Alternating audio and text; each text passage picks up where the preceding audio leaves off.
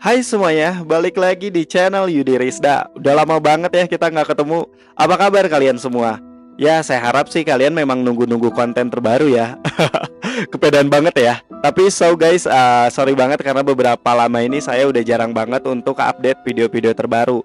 Jadi hanya sekedar re-upload dari video-video lama nih guys. Ya karena memang beberapa minggu ini saya mengalami beberapa kesibukan sehingga ya tidak bisa untuk menyempatkan diri membuat konten-konten seperti ini lagi. Tapi akhirnya setelah sekian lama, akhirnya bisa temu kangen lagi ngobrol depan kamera seperti ini dan menyapa kalian semua.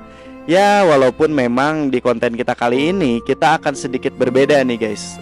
Kok berbeda ya? Berbedanya di konten kita kali ini kita akan membahas lagi mengenai creepypasta. Wow, ada yang suka tentang creepypasta? Mari kita mulai lagi creepypastanya guys. Ya untuk yang react dan lain sebagainya kita tunda dulu ya. Karena jujur itu harus menunggu mental saya agak kuat ya. Karena jantung saya itu harus lagi apa ya, lagi mentalnya lagi hebat banget lah pokoknya. Ya kalian tahu kan penampakan-penampakan yang pernah kita react sebelumnya itu cukup membuat saya shock juga gitu ya. Jadi akhirnya lebih baik saya membacakan sebuah cerita aja, cerita creepypasta yang mungkin ada beberapa dari kalian yang mungkin suka dengan segmen ini. So, tanpa berlama-lama lagi, gimana kalau kita langsung mulai ke cerita creepypasta yang pertama. Oke, creepypasta kita yang pertama ini berjudul Apa Yang Akan Kamu Lakukan. Ayo kita baca. Apa yang akan kamu lakukan ketika kamu mengundang temanmu untuk datang ke rumahmu? Dan sesampainya di rumahmu, temanmu terlihat hanya diam saja dan wajahnya terlihat pucat. Tak lama temanmu pulang, dan pada malam harinya, kedua orang tuamu mendadak harus pergi ke rumah bibimu untuk menginap karena ada urusan penting yang tidak bisa ditunda. Kamu di rumah sendirian, kemudian teleponmu berdering. Dan ternyata itu telepon dari temanmu. Dengan suara bergetar penuh keraguan-raguan dia berkata, "Hei kawan, maaf, aku baru bisa mengabarimu sekarang. Kau pasti bertanya-tanya apa yang terjadi kepadaku tadi. Sebenarnya aku bingung bagaimana memberitahukannya kepadamu. Namun ini sangat penting. Di rumahmu, tepatnya di dalam kamarmu, ada seorang wanita tua yang memiliki wajah sangat mengerikan. Dia terus-menerus melihatku dengan marah. Aku rasa dia membenciku. Aku harap dia tidak menyakitimu. Kau baik-baik saja bukan? Bila aku boleh memberimu saran, mintalah kepada orang tuamu kamar yang lain." Gini loh, pertemanan itu memang bagus ya. Tapi kalau kamu bercandanya seperti ini serem sih. Ya kalau misalkan kamu tiba-tiba ada temen gitu dan dia bilang kalau misalkan tadi gue lihat loh di kamar lu tuh ada ini gitu. Ya kalau ngomongnya lagi rame-rame sama teman-teman yang lain sih oke ya. Tapi kalau lu lagi sendiri di rumah atau khususnya di kamar kamu sendiri gitu ya, dan ternyata dia baru cerita kalau memang ada sesuatu di kamar kamu sendiri, ya good luck ya guys ya. Semoga kamu aman. Oke, good job, kita lanjut ke cerita yang kedua. Cerita kedua berjudul Can You Help Me? Pada bulan Desember di malam yang sangat dingin, ada seorang remaja yang bekerja sebagai seorang pengasuh dan ia bernama Ashley. Dan dia mendapatkan tugas untuk mengasuh dua anak kecil bernama Karen dan Bruce yang masih berusia 6 tahun. Kedua orang tua mereka sedang pergi karena ada urusan mendadak dan meninggalkan mereka sendiri di rumah. Pukul 10 malam. Telepon tiba-tiba berdering. Ashley mengangkatnya dan terdengar suara jeritan. "Tolonglah aku, tolong aku." Ashley langsung menutup telepon itu karena menganggapnya sebagai kerjaan orang iseng. 30 menit kemudian, telepon kembali berdering. Ashley pun mengangkatnya dan lagi-lagi terdengar suara jeritan yang sama. "Aku mohon seseorang, tolonglah aku." Mendengar hal itu, Ashley mulai cemas. Karen dan Bruce mulai menanyakan apa yang terjadi dengan lugunya. Ashley pun menjawab bahwa tidak ada yang perlu dikhawatirkan. 30 menit kemudian, telepon berdering kembali. Dengan perasaan yang tidak karuan, Ashley kembali mengangkat telepon itu. Dan suara yang sama pun terdengar. Hanya saja kali ini lebih menakutkan. "Tolong aku, tidakkah ada yang mau menolongku?" Lalu telepon itu terputus. Tidak lama setelah itu, terdengar suara ketukan di pintu depan. Ashley dengan sangat ketakutan memeluk kedua anak asuhnya dengan sangat erat. Suara ketukan itu terus terdengar. Mereka semakin ketakutan. Ashley tahu itu bukan kedua orang tua anak-anak asuhnya, karena mereka baru akan kembali beberapa jam lagi. Dan tiba-tiba terdengar suara dari luar. "Kumohon, tolonglah aku, tolong aku." Mendengar hal itu, Ashley tidak tahu apa yang harus dilakukannya. Namun akhirnya, aku harus membiarkan dia masuk. Dia pasti sangat membutuhkan bantuan, pikir Ashley. Melewati tengah malam yang sunyi, kedua orang tua itu tiba di rumah mereka. Suasana di dalam rumah sangat sunyi dan gelap. Mereka pun masuk ke dalam ruang tamu dan menyalakan lampu. Dan detik itu juga pemandangan yang amat mengerikan terpampang di depan mata mereka. Ashley dan kedua anak mereka telah tewas terbunuh, dengan kaki dan tangan terpotong-potong. Dan terlihat di dinding rumah mereka tertulis beberapa kata dengan darah yang masih segar. Tulisan itu mengatakan, "Tolonglah aku, tolong aku sebelum aku membunuh lagi. Aku tidak bisa mengontrol diriku." Oke. Jadi yang tadi minta tolong itu psikopat ya. Dia tidak bisa menahan nafsunya untuk membunuh. Wah, oke. Oke, kita langsung ke cerita berikutnya aja ya. Agak ngeri ya. Kisah berikutnya berjudul Join With Us.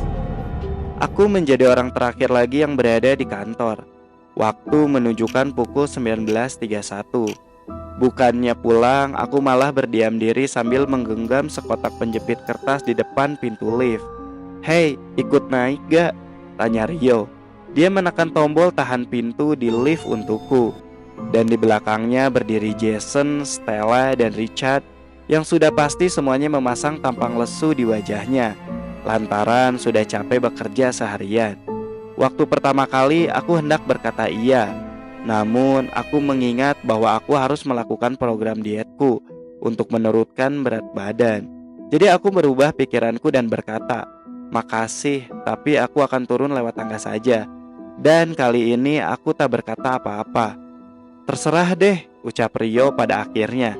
Seolah-olah aku telah mengatakan sesuatu, dan akhirnya dia melepaskan tombolnya. Pintu lift pun kemudian menutup. Kulempar sekotak penyepit kertas yang kugenggam sedari tadi ke dalam lift sebelum pintu lift benar-benar tertutup. Seketika benda itu terlempar ke sudut lift. Tutupnya terbuka dan penyepit kertas di dalamnya terlempar keluar berserakan. Akhirnya disinilah aku, berdiri dalam kesendirian lagi. Alih-alih berpikir bahwa kelakuanku aneh, mereka malah sama sekali tidak sadar dengan apa yang kulakukan.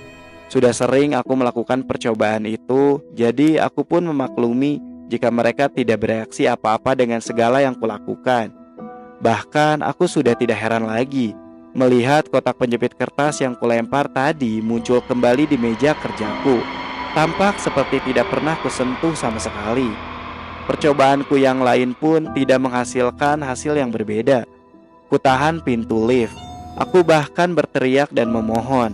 Aku juga sampai menarik kasar lengan Rio, tapi hasilnya tetaplah sama. Tak seorang pun dari mereka yang merespon. Lalu semuanya akan kembali terulang dan aku akan selalu berakhir sendirian di sini. Setidaknya hingga lift itu tiba dan Rio kembali mengajakku ikut seperti sebelumnya.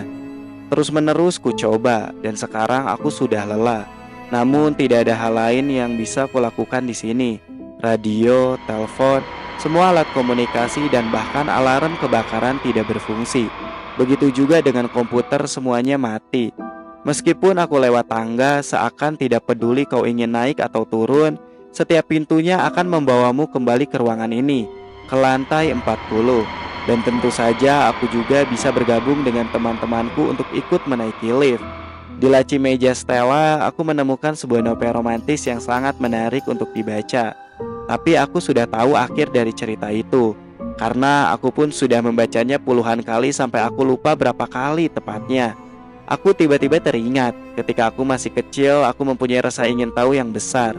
Dan hal itu membawaku kepada rasa keingintahuanku tentang kecelakaan yang bisa terjadi dalam lift. Yang kupikirkan cukup aneh untuk seorang anak kecil. Setelah mencari informasi dari sana-sini, Aku mendapatkan hasil bahwa sebenarnya kecelakaan yang diakibatkan elevator itu sangatlah langka. Dan mungkin bisa dibilang elevator adalah alat transportasi teraman di dunia. Itu dikarenakan lift tidak akan bisa tiba-tiba rusak atau jatuh tanpa ada sebab yang jelas. Menurut logika, semua kecelakaan yang disebabkan oleh elevator bisa dicegah sebelum terjadi. Bahkan lebih besar 1000 kali lipat kematian yang diakibatkan jatuh dari tangga dibandingkan elevator. Namun meskipun aku mengetahui semua itu, aku juga mengetahui bahwa setiap kali lift di kantorku turun, di mana kemudian kuletakkan telingaku dalam-dalam pada pintunya, di sanalah aku bisa mendengar suara jeritan yang samar-samar namun jelas dari para rekan kerjaku yang bergema sepanjang lorong jalur lift. Dan itulah mengapa waktu di sini selalu menunjukkan pukul 19.31. Karena memang seharusnya aku ikut mati bersama dengan mereka. Ah, itu dia, liftnya sudah tiba lagi. Kalian paham gak maksud cerita ini? Kalian paham gak sih? Jadi sebenarnya dia itu harusnya sudah meninggal bersama teman-temannya. Hanya saja rohnya itu tidak mau ikut untuk meninggal gitu. Dia jadi kayak mengulang di waktu yang sama, kayak di universe yang sama aja gitu. Karena dia tidak bisa pergi gitu loh. Kecuali kalau dia tidak menolak lift dan dia masuk lift, ya udah, dia go to the heaven aja, udah selesai gitu. Cuman karena dia menolak liftnya, jadi ya dia terjebak di waktu itu gitu. Karena dia harusnya meninggal. Gila kan? Wah. Oke, kita lanjut ya ke cerita berikutnya. Cerita berikutnya berjudul Pintu Geser. Anakku tiba-tiba berlari ke kamarku ketika aku sedang santai di kasurku yang nyaman. Dia menutup pintu geser kamarku dan memeganginya agar tidak terbuka. "Nak, apa yang kau lakukan?" tanyaku heran. Ia diam saja sambil mengatur nafasnya yang terengah-engah. "Kenapa kau menutup pintunya?" tanyaku. Dia pasti akan masuk." "Siapa yang akan masuk?" "Hantu itu." "Hah? Hantu apa?" "Tidak ada yang namanya hantu di dunia ini, Nak." "Ada, Ayah. Dia sedang berada di luar sekarang." Aku melihatnya masih menahan pintu itu dengan sekuat tenaga. "Hantunya ada di luar?" tanyaku. "Ya, Ayah. Dan jangan dibuka pintunya," teriaknya ketika aku berjalan menghampirinya. "Tenang saja, Nak. Ayah akan mengintip sebentar untuk melihat apakah hantunya sudah pergi atau belum." Dia hanya terdiam ketika aku menggeser pintu itu sedikit dan mengintip keluar. Aku pun menutupnya kembali dan tersenyum kepadanya. "Nak, tidak ada apa-apa di luar." "Benarkah?" "Ya, ayo kita menonton TV saja," kataku sambil berjalan menuju ke arah TV yang ada di kamarku. Namun anakku justru tiba-tiba membuka pintu dan mengintip keluar. "Wah!" teriaknya panik. Ia menutup pintunya lalu lari dengan cepat ke arahku sambil memelukku. "Hantunya masih ada di sana," ia berteriak sambil menangis. "Dan dia marah ya." "Tenanglah, Nak," ucapku sambil mengelus kepalanya. "Apakah ini salahku sehingga membuatnya marah ya?" tanya anakku. "Tidak, Nak, ini bukan salahmu." "Ya, ini memang bukan salah anakku. Ini semua salahku. Sebab aku berpura-pura tak melihatnya tadi." "Lah, ini ayahnya biadab banget." "Lah, berarti bener dong anaknya ngelihat hantu. Tapi ayahnya pura-pura gak tahu." Ya mungkin maksud ayahnya supaya anaknya tenang aja gitu. Tapi ini ya harusnya pintunya dikunci aja gak sih? Wah, merinding juga ya. Kebayang kalau sampai aduh. Gila, ngeri sih, ngeri. Oke, kita lanjut ya. Semakin asik nih pembahasannya. Kita lanjut, oke. Kisah selanjutnya berjudul Telapak Tangan. Seorang pemuda terlihat memasuki sebuah terowongan yang amat gelap malam itu. Karena terlalu gelap, pemuda itu tidak dapat melihat sekelilingnya. Ia hanya berjalan lurus mengikuti cahaya lampu mobil sambil berharap segera sampai ke ujung terowongan. Tiba-tiba terdengar suara seperti suara ratusan tangan yang sedang mengedor-gedor mobilnya. Dengan sangat ketakutan, pemuda tersebut menginjak pedal gas dalam-dalam hingga akhirnya dia sampai di ujung terowongan. Dia kemudian menepi dan keluar dari mobilnya. Wajahnya seketika pucat ketika melihat banyak bekas telapak tangan mengotori jendela mobilnya. Tidak mungkin hantu. mungkin hanya seseorang yang usir di dalam terowongan, pikir pemuda itu seraya meyakinkan dirinya sendiri. Dia berusaha membersihkan bekas telapak tangan itu dengan bajunya. Namun hasilnya sia-sia. Bekas tangan itu tidak mau menghilang.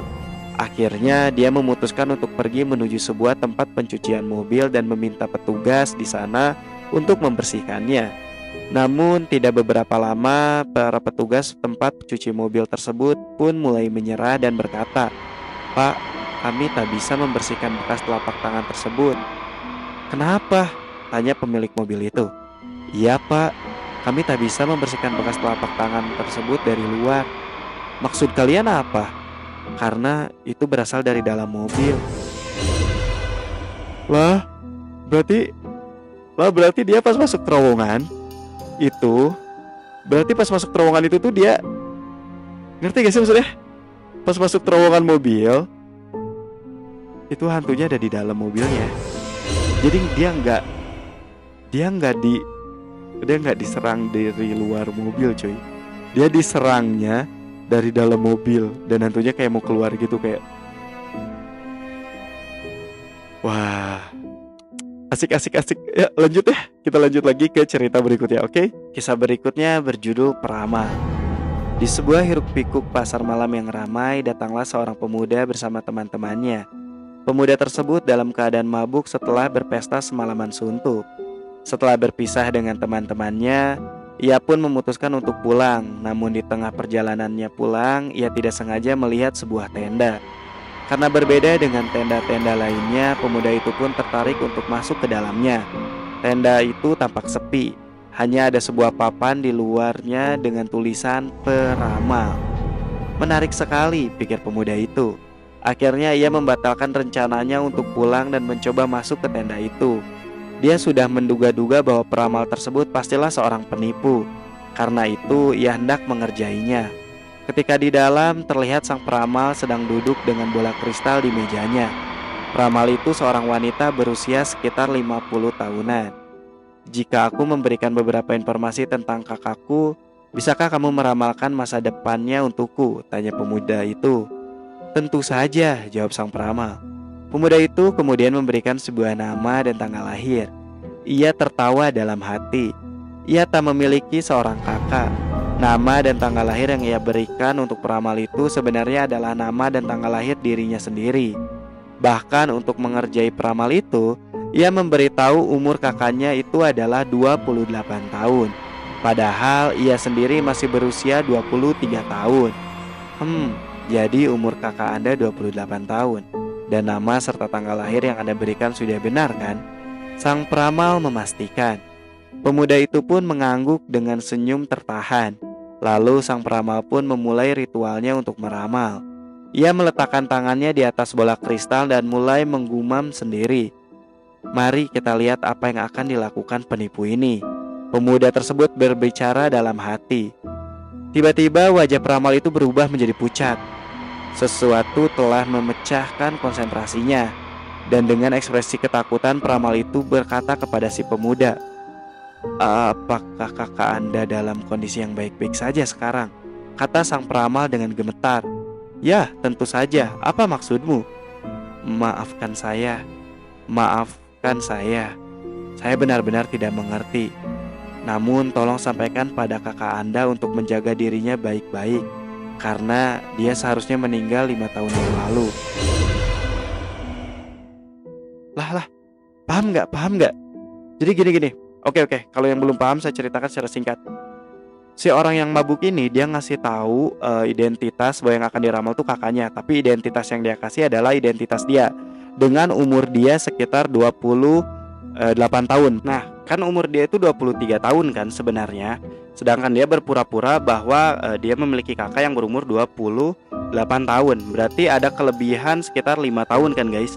Nah, dia kan niatnya mau nipu si peramal nih. Dia mau bilang bahwa si peramal ini tuh adalah penipu gitu. Jadi dia bikin identitas palsu. Bodohnya, ternyata si peramal malah bilang bahwa sebenarnya dengan identitas itu, si orang itu harusnya sudah meninggal 5 tahun yang lalu. Jadi sebenarnya si pemabuk itu harusnya meninggal di tahun 23 tahun. Di tahun 23 tahun. Di umur 23 tahun maksudnya gitu.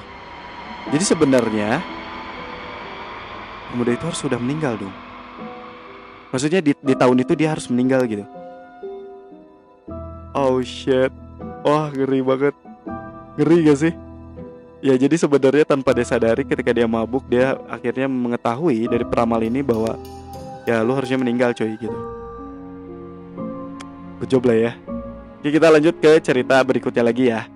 Kisah selanjutnya berjudul Wanita Kedua. Masalah terbesarku kini akan selesai. Aku tersenyum puas sambil menuangkan serbuk racun ini dan melihatnya larut perlahan di dalam cairan minumannya.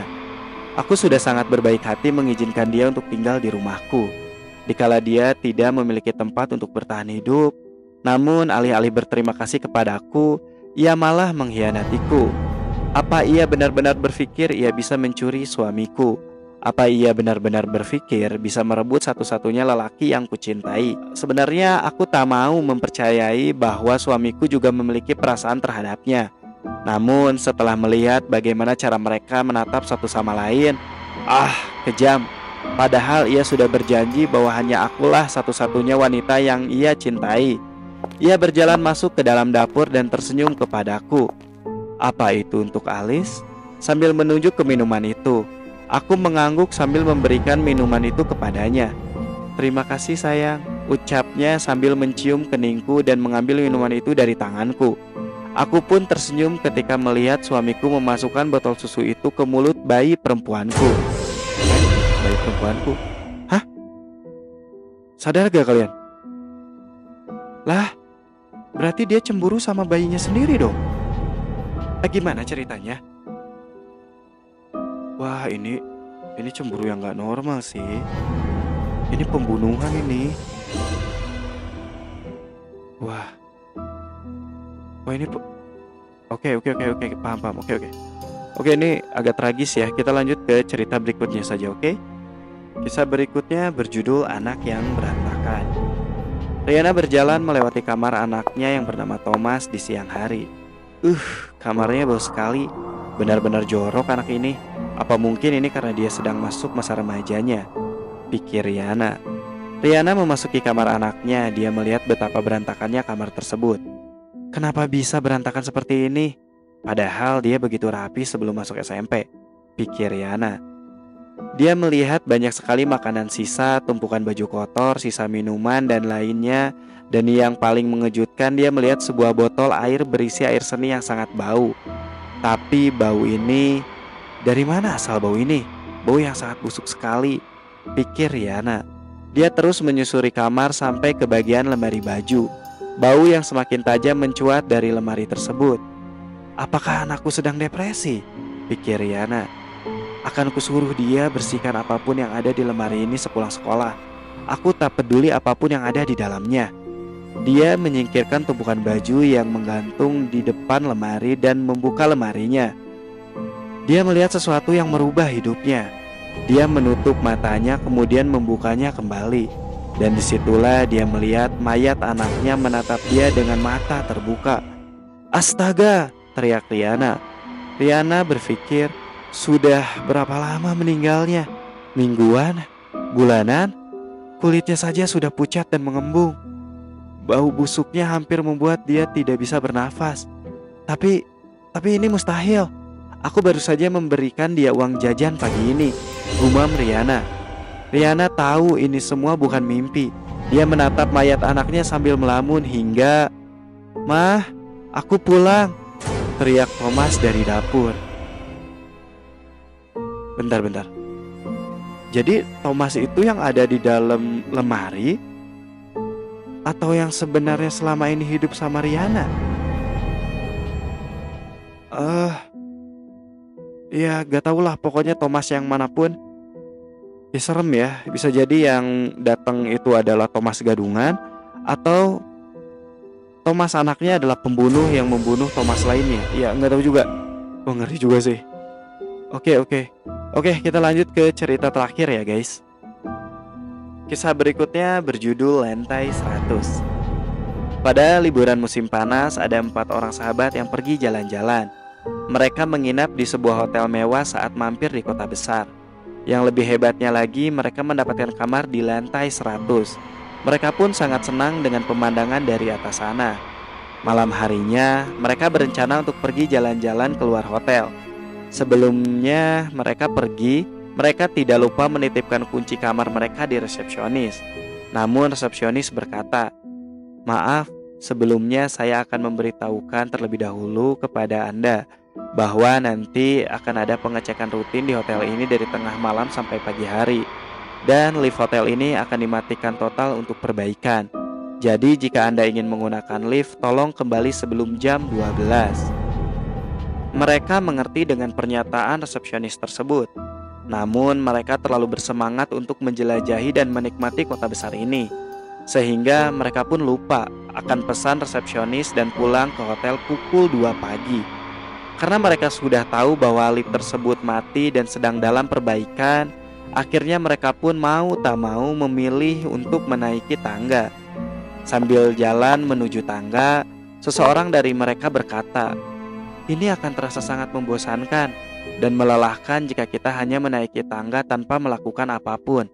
Bagaimana jika kita bercerita seram saja, seperti legenda zaman dahulu, yaitu 100 cerita hantu. Kan kebetulan kamar kita di lantai 100. Semuanya setuju.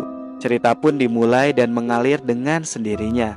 Mereka menikmati permainan tersebut dan tanpa disadari, mereka sudah sampai di lantai 99. Baiklah, ini giliranku, dan ini adalah cerita terakhir. Cerita ini akan sangat menyeramkan dan kujamin kalian akan sangat ketakutan. Dan cerita ini adalah puncak dari semua cerita seram tadi. Ketiga temannya sangat tertarik untuk mendengarkan cerita tersebut.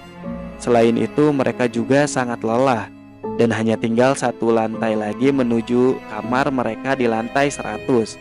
Dia kemudian menarik napas panjang dan mulai bercerita. Baiklah, jadi begini. Sepertinya kita lupa mengambil kunci yang dititipkan di resepsionis tadi. Oh, oke, aku paham. Jadi, jadi ini gila, ini serem, paling serem sih. Jadi dari tadi itu mereka kan harusnya pulang jam 12, sebelum jam 12 lah ya. Tapi mereka malah pulang jam 2 pagi, which is akhirnya mereka harus lewat tangga dong guys, ya kan. Nah, tangga ini tuh anggaplah ada 100 anak tangga. Cuman bukan anak tangga sih, ada 100 lantai yang harus mereka lewati. Nah, ketika mereka melewati lantai-lantai tersebut, ya udah biasa aja gitu. Cuman di lantai 99 tiba-tiba temannya itu baru menyadari gitu loh. Dan dia baru cerita ke teman-teman yang lain bahwa, guys, kayaknya kita lupa deh untuk ngambil kunci kita di resepsionis. Sudah melewati 99 tangga dan dia baru sadar gitu. Ya itu serem banget sih. Itu serem banget. Itu wah gila, itu hal yang paling seram yang pernah saya dengar ya. So guys, gimana nih? Seru ya?